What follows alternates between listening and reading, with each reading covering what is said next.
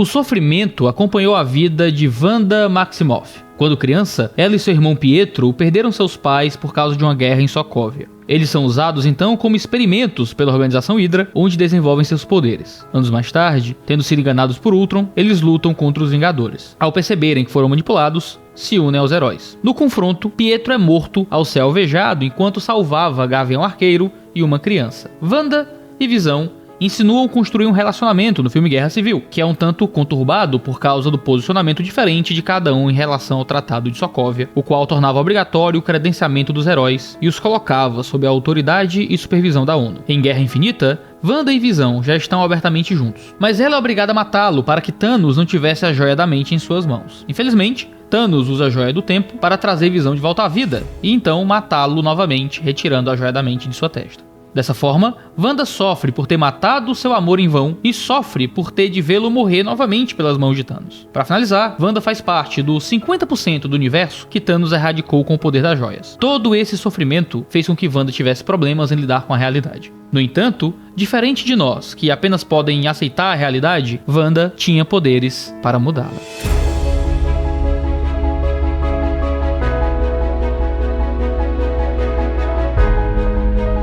A série WandaVision mostra que Wanda criou uma realidade alternativa na cidade de Westview, onde Visão está vivo e ela tem 2 filhos com ele. O pequeno detalhe é que Wanda usou seus poderes, advindo da Joia da Mente, para manipular todos os habitantes da cidade e forjar seu pequeno mundo ideal com Visão e a família que queria. Ela faz isso baseado nos sitcoms que assistia quando era criança. À primeira vista, o nosso pensamento pode ser: como isso é errado, isso não resolve o problema. Porém, será que faríamos diferente de Wanda se tivéssemos os mesmos poderes? Será que não faríamos pior que ela? O que nos diferencia de Wanda é a capacidade que ela tinha para projetar um mundo em que ela seria feliz. Quantas vezes já não imaginamos nossa vida de uma forma diferente do que é? Quantas vezes já projetamos realidades onde as coisas acontecem de forma como imaginamos que seríamos felizes? Mesmo que nós não tenhamos a capacidade de Wanda de criar realidades alternativas, essa busca por uma liberdade dos elementos que nós consideramos inconvenientes na realidade faz com que a gente projete estruturas forjadas,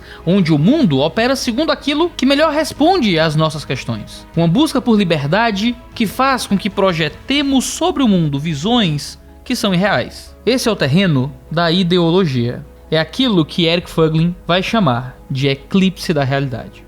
Eric Voegelin argumenta que o homem que coloca sua liberdade acima de tudo projetará uma segunda realidade quando se deparar com elementos que ferem essa liberdade que ele tanto valoriza. Essa segunda realidade é projetada de forma a viabilizar o modo como o homem quer exercer sua liberdade. Ou seja, o homem se vê no mundo onde algumas coisas limitam sua liberdade e ele não gosta disso, porque ele eleva sua liberdade como um bem maior, ele projeta então essa realidade onde ele pode exercer suas vontades em um tipo de mundo que só existe na sua cabeça. O mundo que ele projetou sobre a existência, onde as respostas que ele previamente tem responde tudo aquilo que convém.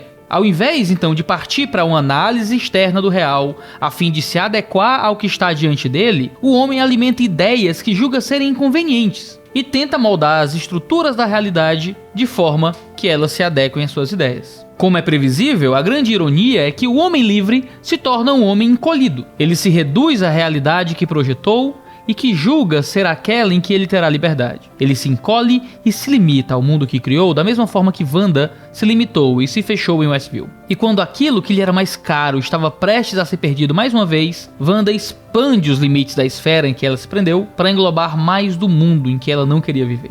Isso também é o que o homem encolhido faz. Projetar a segunda realidade não destrói a realidade que ela não aceita. Os pontos de fricção que ferem a sua consciência continuarão a aparecer e ela terá que forjar cada vez mais respostas dentro da realidade que forjou, encolhendo-se mais ainda nela. Ao invés de se abrir à realidade que ela não aceita, ela tenta expandir os limites da sua realidade, englobando mais elementos dentro da realidade que ela criou. E da mesma forma que tudo aquilo que é englobado por Wanda se adequa àquilo que ela criou, os elementos englobados pelo homem encolhido serão modificados para se adequarem à realidade que ele criou. A maldição do homem encolhido é estar condenado a ser livre, porque nessa busca por liberdade em um mundo que ele julga lhe dar algemas, ele se prende aos grilhões que ele mesmo forjou com a própria mente. A conjunção de sofrimentos de Wanda causou que ela projetasse esse mundo. Foram muitas perdas importantes, muitas dores, decisões difíceis e traumas. Ela tinha que continuar, mas não conseguiu. O próprio mundo ideal criado por Thanos ao erradicar metade do universo não funcionou como devido. Os que sobreviveram caíram em desânimo, depressão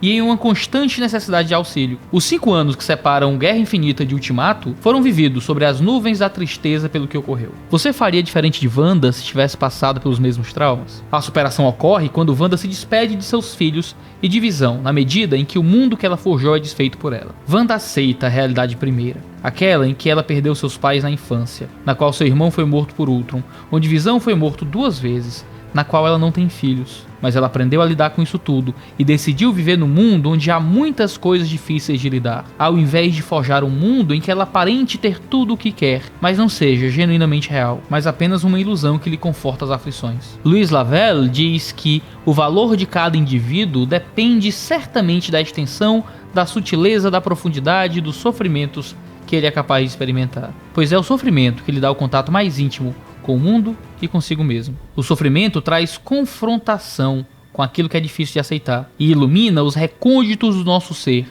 que estavam às escuras e que, quando evidenciados, revelam coisas que não atentávamos. Porém, que ser humano em sua plena consciência escolheria uma vida sem sofrimento que lhe custasse as alegrias que ele desfruta? Ou quem escolheria alegrias ilusórias para não ter iluminados os cantos escuros da alma? Lavelle também vai comentar que o mais difícil não é fazer adormecer a dor, pois isso faria sempre à custa da sensibilidade, isso é, da própria consciência mais transfigurada. Nós temos mais opções do que somente se revoltar contra as aflições ou então resigná-las. Podemos vê-las como elementos que constituem a realidade em que vivemos. Uma realidade que, não sendo perfeita, não deixa de ser bela. É nessa realidade que perdemos pessoas amadas, mas só os perdemos porque um dia desfrutamos do amor. A perda dói, mas o amor perdura e nos lembra do bem que foi desfrutado. É nessa realidade que temos aflições, mas só as temos porque estamos vivos e a vida tem mais valor do que a dor que passamos. É essa realidade maculada pelo mal da desobediência que nos acorda para a necessidade